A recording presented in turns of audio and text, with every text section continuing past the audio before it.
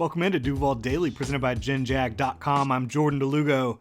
Thanks so much for tuning in here on Tuesday, March 21st. Make sure to get out there and vote today. We've got a brand new mock draft from Mel Kiper, one of the guys who's been doing this longer than anyone else over at ESPN, Mel Kiper Jr. We've got a new mock draft, so of course want to look at the Jacksonville Jaguars, what they do at 24 overall. Maybe take a little look at what the rest of the AFC South does. So we'll go ahead and get into it right now with the 24th overall pick. In the 2023 NFL Draft, the Jacksonville Jaguars select Will McDonald, defensive end out of Iowa State. I'll go ahead and read you what Mel Kiper has to say here. He says, after years of spending big money in free agency, the Jaguars have largely stayed out of the fray this year. They've stuck to re-signing so far. This young roster is going to grow and improve together, and that's a good thing for Jacksonville fans. There aren't many obvious holes on this depth chart, but the loss of Arden Key in free agency means there are edge rushing snaps to be had. Enter McDonald, who had a really strong Senior Bowl and showed off great physical attributes at the Combine. At 6'4", 239 pounds. McDonald and Key are actually very similar in size, and both are best when coordinators let them get after quarterbacks. McDonald is an explosive player who had 34 sacks over 4 college seasons. I expect Trayvon Walker, the number 1 overall pick last year, to make a second season leap. The Jaguars defense could get much better, writes Mel Kiper. Well, you love to hear that ending, right? Him having some confidence in Trayvon Walker making that big leap. And I completely agree on the Will McDonald, Arden Key front in the edge 3 role for the Jaguars. And now I know a lot of folks want to ask, well, is edge 3 really valuable enough to take at 24 overall? Well, you're not just taking edge 3. You're taking a potential starting edge rusher for yourself down the road, but a guy who could be edge 3 in year 1 and do that at a high level, I think, is Will McDonald. I think the only place that you're really going to draft someone with the 24th overall pick that's likely to be a day 1 starter is a corner, right? Whether that be a guy who's going to come in and play nickel for you, or go play outside and then you shift Darius Williams inside to nickel, that's really the only position where you're going to get a clear day 1 starter. So when you're talking about, oh, well, the team needs corner, they do need corner, and I think they should take a corner in the first 2 rounds, and I think they should take multiple corners throughout this draft. The class is loaded. It's loaded at the top. There's depth throughout at cornerback. But my point is, what could you find in this draft, position-wise, that would be more valuable than an edge 3 outside of corner? For me, I don't think there is another position that would be more valuable than an edge 3, because that edge 3 role in Jacksonville, it's a pivotal role. You want to, first of all, you have an aggressive attacking defense, right? And you want to have a rotation of edge rushers. And you also want to be able to kick in Trayvon Walker inside and clear pass rushing situations, get his hand in the dirt sometimes. You're going to want to do that more in 2023. So you're going to want to have another edge that you feel really good about as a pass rusher. And I think Will McDonald in year 1 as a clear designated pass rusher type role, which was exactly what Arden Key was the last couple years, in Jacksonville and San Francisco.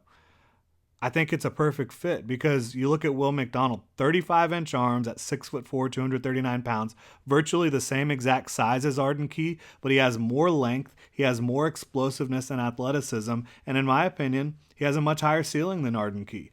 I think he has the ability to win on the outside track as a pass rusher from the 3-4 outside linebacker spot and the inside track, and he has the ability to use speed to power. He has the ability to just ghost move you. He has the ability to dip and rip around and bend the edge on the outside track. And then once he sets up all that speed and you get nervous about him beating you around the edge, then he starts getting you with the inside moves, with the inside spins, and his other arsenal bag of tricks that he has that he showcased at times at Iowa State, where he was really played out of position as a 4-3 defensive end, was lining head up with tackles a lot. And so you obviously are looking to get him in more space, use his athleticism and length. to his advantage at the next level. And then you saw him get to the Senior Bowl, and they actually put him in some of those spots, and he was showing that ability to set up everything with his speed rushes on the outside, which are absolutely lethal. And then that allows him to get to everything else. And again, the 35-inch arms, they allow him to keep defenders off his, or keep offensive linemen off of his chest. And if he can get you off of his chest and get into your chest, it's over. He's got too much athleticism and too much functional strength at 239 pounds for you to really be able to rebound from that. And he also has natural leverage against most offensive tackles at the next level. Most of these guys, they're taller than 6'4". And so he's going to have length and the natural leverage advantage against a lot of them. And the flexibility that he brings to the table is really impressive as well. So I could gush about Will McDonald all day. I think he would be a perfect fit as a designated pass rusher for the Jaguars. And I don't think you're going to find many roles in this draft class that are going to be greater for the Jaguars in 2023 outside of an edge 3. I think cornerback and edge 3 are your two biggest question marks right now for the Jacksonville Jaguars. Look, I love DeJuan Smoot, but I don't know when he's going to be healthy. I don't know if the Jaguars are even going to bring the guy back at this point. We'll see how it all plays out. I do hope they bring him back. I think he deserves to stick around in Duval despite dealing with the injury. But that's not going to be something that's going to help you at the beginning of the season. I think Will McDonald, bringing him in, getting him working with Bill Shuey, getting him working with Josh Allen and Trayvon Walker and the rest of these guys all summer, I think it would be a fantastic pick at 24 overall. I think it would really help the Jaguars early on in the season.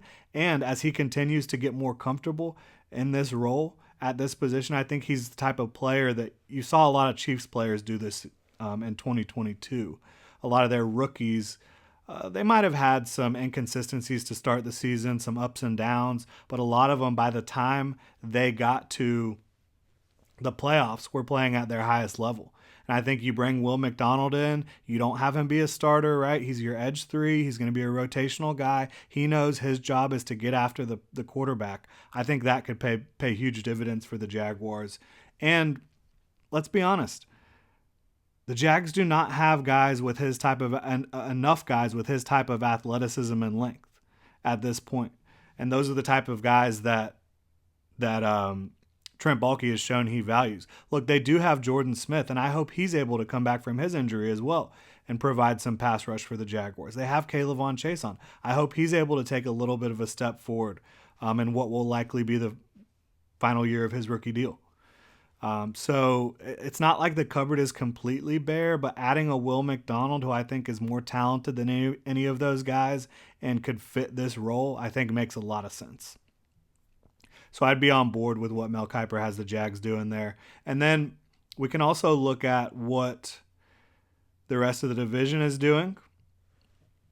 CJ Stroud goes to the Panthers at 1 overall, which is becoming a little bit chalky, which leaves the Texans, Bryce Young at number 2 overall, and Kiper has them going and getting Bryce Young. So the Texans, they have their quarterback. They've had a really good offseason, in my opinion. I've liked most of the moves they've made in free agency so far. I liked all the moves they made in the draft last year for the most part. I like their coaching staff.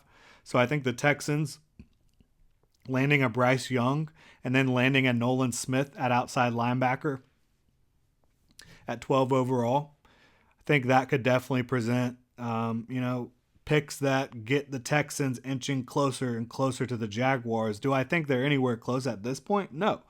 But I think if they added Bryce Young and Nolan Smith, those would be big steps in the right direction. I think Bryce Young could very quickly be the second best quarterback in the AFC South. And then right after that, we've got the Colts up at 3 overall in a mock trade with Arizona. They trade up for Will Levis, which I haven't been a huge fan of Will Levis. I have him more in the second round range, but he's got all the tools. Doesn't know how to throw to the left side of the field right now or read a defense, in my opinion, but he's got the tools, right? So, yeah, Bryce Young and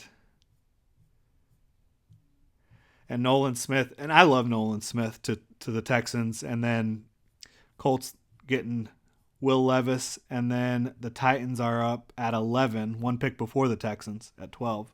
But the Titans take Tyree Wilson, and I think that there's a decent range of outcomes for what Tyree Wilson could be. Like, I think he could be one of the most dominant edge players in the NFL. I think he could also just be like a really good starter. I think there's a pretty good range there. But if he develops in Tennessee, just thinking about him and Jeffrey Simmons on the same line really kind of scares me. That really kind of makes me think, you need to protect Trevor Lawrence at all costs. But yeah, that's where Mel Kiper has the AFC South division rivals for the Jaguars going in the first round of the draft. Has the Jaguars taking Will McDonald at 24, who again, I would be incredibly high on that pick just based on him as a draft prospect. Like, I have him rated as a first round player. I have him, where is he? He's 27 on my board. And so right in the range that the Jaguars would be picking. He plays a premium position, and the role that he would fulfill in 2023 would be valuable, in my opinion. That edge 3 designated pass rusher type of guy. And look, he fits a lot of what the Jaguars have looked for in edge rushers. He has length. He has athleticism. He doesn't have that size, that mass. But Trent Baalke hasn't always looked for the size and mass. He's more valued length and athleticism. So, yeah, I'd love to see it.